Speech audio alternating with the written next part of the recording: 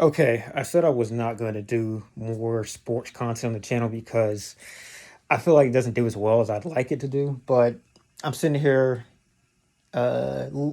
thinking very good thoughts after watching this Indiana game. I'm just like, okay, we'll do the video anyway. Who cares how it performs? Anyway, first, thrifted this Auburn basketball. This is the previous design before the new trim came out, kind of like the little orange trim that came out this year. Got it for $18, a pretty good deal. So this won't be a very long video. I just kind of have like some long, wide-ranging thoughts about what this win does for you, or at least the type of performance you showed in this win. Because win or lose doesn't really matter to me in December, but it's what you play. The type of game Auburn played against Appalachian State last time out was a very discouraging performance, not because of the loss itself, but because of how they played. They got the broom, decent game scoring wise, and still everybody else looked pretty much bad. So you shoot, I think like what 3 of 23 in that game or something crazy like that. You pretty much don't get any real pressure put on the rim. You kind of got fleeting moments of that, but I mean, you drew the open, drive and kick threes. There was a ton of great looks from three in that game, but it wasn't really a counterbalance, I think. Sometimes you got to just go to the rim with the nature of going to the rim and not looking to kick to an open three pointer. I know that's the type of game that they want to play, but sometimes you got to adjust.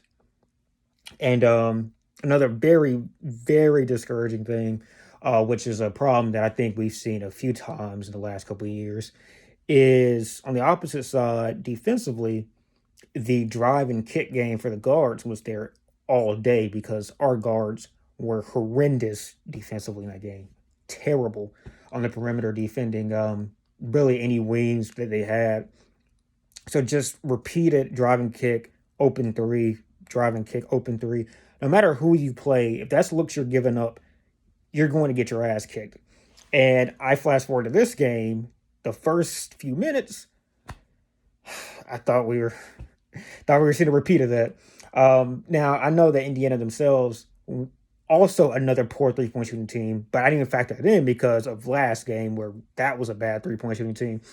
Um, I think they said they made like three pointers a game. That's obscene in the modern game of basketball.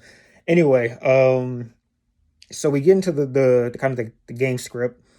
It's 22-10, I believe. That's the worst it got for Auburn. Pretty much opens up where they're just making easy.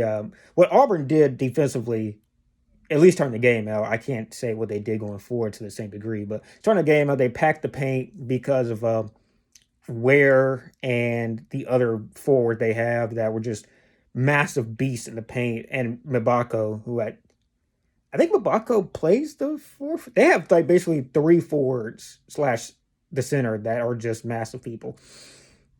So with that being the case, they packed the paint. Auburn's scouting report, give them the three, and give them the three they did, and they just got fucking charred up doing that. But after that, you start seeing some return to really, I think a lot of it return to form. Guys that were not good 3 point shooters just kind of reverted back to not being good 3 point shooters, which it can just be a return to mean. It also can be what Auburn did is that they just charged up the pressure put on ball handlers to make some of those passes not as crisp, to try to reduce very easy entry passes, to cut off drives to the rim, things like that. So once they did that, the ball stopped coming to shooters' pockets the same way. Guys couldn't drive as easily. And, I would say that they did better defending the paint as time progressed. They kind of got a few different looks given to Indiana's bigs. I wouldn't say they did like a fantastic job of really preventing good entry position once the dudes did get the ball, but it just made it a lot harder for the ball to get to those bigs. And once they did that, created a ton of steals. I mean, at one point in the early second half, Auburn had pretty much the same, like not a massively different field goal percentage. I think it was within a few points, but they were up by 68 and Indiana like 52. And it's literally just because turnovers, and then we had at that point, I believe, 9 threes to their 4 threes. So 15.3 point deficit, turnovers, that'll do it. And that's how Auburn would like to play. Auburn, for the first time in a while, executed their intended season opening, kind of philosophy offensively against a competent team. I don't count the fucking nobodies we played in some of these early or late November, early December games. I mean, like, against an actual, like, competent team that's probably top 60 NET. I don't know for a fact, but we'll just say it's top 60 NET. They did what they wanted to do, which is basically be 2018-19 Auburn-esque, but obviously not quite as good. But philosophy-wise, it's what they want to be. Turnovers, turn of steals, decent. I don't know how many blocks they got. I counted a lot more affected shots than I counted blocks, which is pretty much the most you can ask for when you are playing a team with the girth pause that they had. We have a ton of spindly guys, very skinny guys that do have length. Mazzar is 6'7", Cheney is 6'7", Jalen is 6'8", Broom is 6'10", Dylan is 6'11". These are guys that, outside of Dylan, are not like positionally, I think, winning the battle against a team built like this athletically, but they do between their length and between the amount of pressure that Auburn puts on the ball, which does result in a ton of fouls. So this is why I always hate when Auburn fans complain about fouls. Auburn will double the shit out of you and slap at the ball. That's something they do insanely often, and it always pisses me off when like people complain about the fouls. Like, if you just watch what's happening, often it's right in front of you. I do hate college officiating myself, and I do wish they would just stop calling as many of those kind of light, reach for the ball fouls, because it just does not get called the same way in NBA level. But what are you going to do? Or in Euro League either, but what are you going to do? So kind of getting back to my point here, 3 and turnover. That's what Auburn wants to play. They played it very well, which I would say they got the 3 part against Appalachian State just against turnovers very much. And they also secured the ball, which is something you should be doing between Trey Donaldson, who I think is an incredible floor vision pass first point guard, and Aiden Holloway, who for the most part is going to just look to score or make like the easy pass, which is fine. If you're a freshman, I'm not looking for him to be Sharif Cooper. Sharif Cooper had all-time great levels of understanding court balance, floor vision, who's on my team, who's on their team, advantages, disadvantages. Like, these are things that like 99% of point guards, especially nowadays, don't understand. I'm not looking for anybody, much less, Aiden Holloway, who's a score first guy, to like understand those intricacies as a passer. But if you're that good at shooting the ball, you should be able to figure out scoring mismatches. And while I would say he still is not driving enough for my taste with how people play the screens. For the most part, they did navigate the screens the right way today. Indiana actually went under a lot more than some of these other teams have done recently on those screens, which I don't know what the hell Mike Woodson's staff was looking at, and their scout to where they were doing that, but he took advantage of it. They went under a ton. He was throwing them up there. I almost found the first half like maybe a couple too many times, but it worked out, right? And like I said, he was giving it to the open dude. He wasn't making any crazy reads, but he was giving it to the open dude, which today, that's all you had to do, because dudes were putting him up there, making the threes, looking to drive. You didn't need to do too much with running the offense. And I'm perfectly fine with that. I don't want him to be Sharif Cooper or Chris Paul or whoever. Be you, but just understand like what's being put in front of you, I guess. And to the same effect, Donaldson, I just love, pause, but I just love Donaldson. I mean, the way the guy plays the game is how I wish most point guards play the game. That being said, I mean, there are nights where you need somebody to put a little bit more pressure as a scorer on the defense, and he does have those nights where he just kind of looks to get other guys set up, and in that you almost play 4 on 5 in a sense, kind of like Ben Simmons esque. I'm not calling him Ben Simmons. I'm just saying like in some Ben Simmons matchups where he's not pretty much most, I guess, now Ben Simmons matchups, he's not looking to score. He's just looking to try to find the open guy. So pretty much outside of running in transition, he doesn't really affect the game in any positive way because he's just pass. But at least Donaldson does have the 3-point threat that Simmons doesn't have. So again, I'm not making a Simmons analog here. I'm just like mentioning that as a type of kind of situational comparison. In this one, Donaldson, when he had like 0 made field goals and 0 from 2 for 3, kind of coming out of halftime and early in the second half, he was still massively impactful. Got them going when they need to get going in kind of a rut in the later first half, kind of mid-later first half. After they had tied it up, but were not getting enough points, in my opinion, he got them going. He kind of helped enable some of those open drive and kick threes. I think Denver had at least one from Trey. I think Jalen had one too, but he was moving the ball. You know how Trey plays. And then to kind of close out the second half, looking to score, he really, really has a good feel for that stop and pop mid range, which is to me, a part of the game that's just dead in a way that doesn't make sense to me. JJ Redick talked about this on Zach Lowe's podcast recently. It is insane how many guys only play 3 or layup as guards that would just wreck shop if they settle for that like 12-foot stop and pop, like not necessarily a mid-range shot, but just a floater or something like that. That in-between game is so freaking dead, and it hurts the guards now so much. And I hate it because stylistically it's worse for the game to only play, one type of basketball, which in NBA, most people just play that type of game. But in college, where you don't have the same level of sharpshooting, the same level of ball handling, you kind of have to work with your body and momentum and stuff like that a little bit more. Like Donaldson is not a amazing ball handler, and he's not, in my opinion, an amazing shooter off the bounce, but he is somebody that has a good feel for, to me, a good feel for like where his defender is at. So what that allows him to do is do a good stop and pop mid range. He doesn't do too many floaters, but that's something that he probably could add to his game and be pretty good with. And then just for everybody else, just going to talk in my head, this really isn't meant to be a long episode here, but just really more of a thing where I'm kind of talking about some of the advantages. You wanted a guard game. You needed a guard game at some point, just to see what that looks like.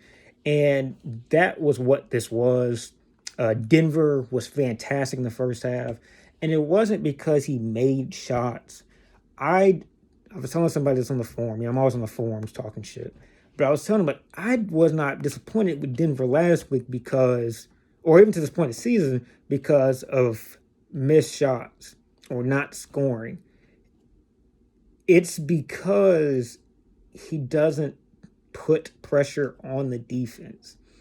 What he has been, for the most part this season, has been pretty much Kyle Korver, late stage Kyle Korver-esque, where he's just standing on the elbow or in the corner, just hoping for a drive and kick pretty much. And if he doesn't get the open 3, he's just passing it out and letting the offense keep on going. That does not put any pressure at all on the defense. Now, maybe they have to respect you to kind of have a man that could be sinking into the paint. He has to at least stand there by you because you do have a good shot. But it does not put a real pressure on the rim most possessions, or again on the defense most possessions. What does do that is if you take it, go to the rim, at least make a guy come and respect you and then pass it out. Or you do what he did at one point where you just go up and you draw a foul. It sounds like I'm trying to be almost pedantic in how I'm like looking at the game here. But it really is sometimes just that simple, in that you just need to do something with the ball. And I'm not talking like I know more about basketball than Denver Jones. I don't. Denver is better at anything in basketball than I am. I'm just saying it from a simple perspective that to help the team be better, they need more at the two guard spot. And Denver should, in theoretics, be able to be. I don't even want to put a number to like points or rebounds or nothing like that, percentages, nothing like that, but just be somebody that the offense can reasonably ask to affect the defense most nights. That's all I'm at. That's what he was. He was a 20-point scorer in college basketball last year. No matter if it was on Group of Five, mid-major, FCS, whatever. That's all you can ask for out of somebody that has that type of pedigree, is to just affect the defense one way or the other. If he's running in transition, getting the pass, looking to put it up, and he's open, I don't give a damn if he makes it or misses it. That's something that you got to take into account. Like with Bryce Brown, which I kind of hate when people make like prime Auburn era comparisons to players and only look at new players in those same lenses. I don't do that most of the time. But what made Bryce Brown this insane three-point shooting threat, outside of just the fact he would take them, is that he would always look to find a spot to take them. And you as a defense knew if you saw Bryce Brown running to a corner, that shit was coming up, and you got to go out there and defend his ass. And what that can do for you as an offensive player is, if you know dudes are going to be scrambling like hell to find you and not just slow playing the closeout because they know that if they can get anywhere close to you, you're not going to put it up, then you can just say, I caught it, triple threat, I can drive past him, I can pass it out to the guy next to me. If anybody's running transition with me, like let's say it's kind of like Bryce Brown's three against Tennessee, where they were running, had a chance to go to the rim and pass it out, three-pointer, basically broke Tennessee's spirit. Most people remember that play. If someone's running transition with you, I catch it. They know I'm about to take this and shoot it. If anybody's running with me, I'm throwing it back out. If we got numbers, it's going to be a pretty easy, drop to the rim.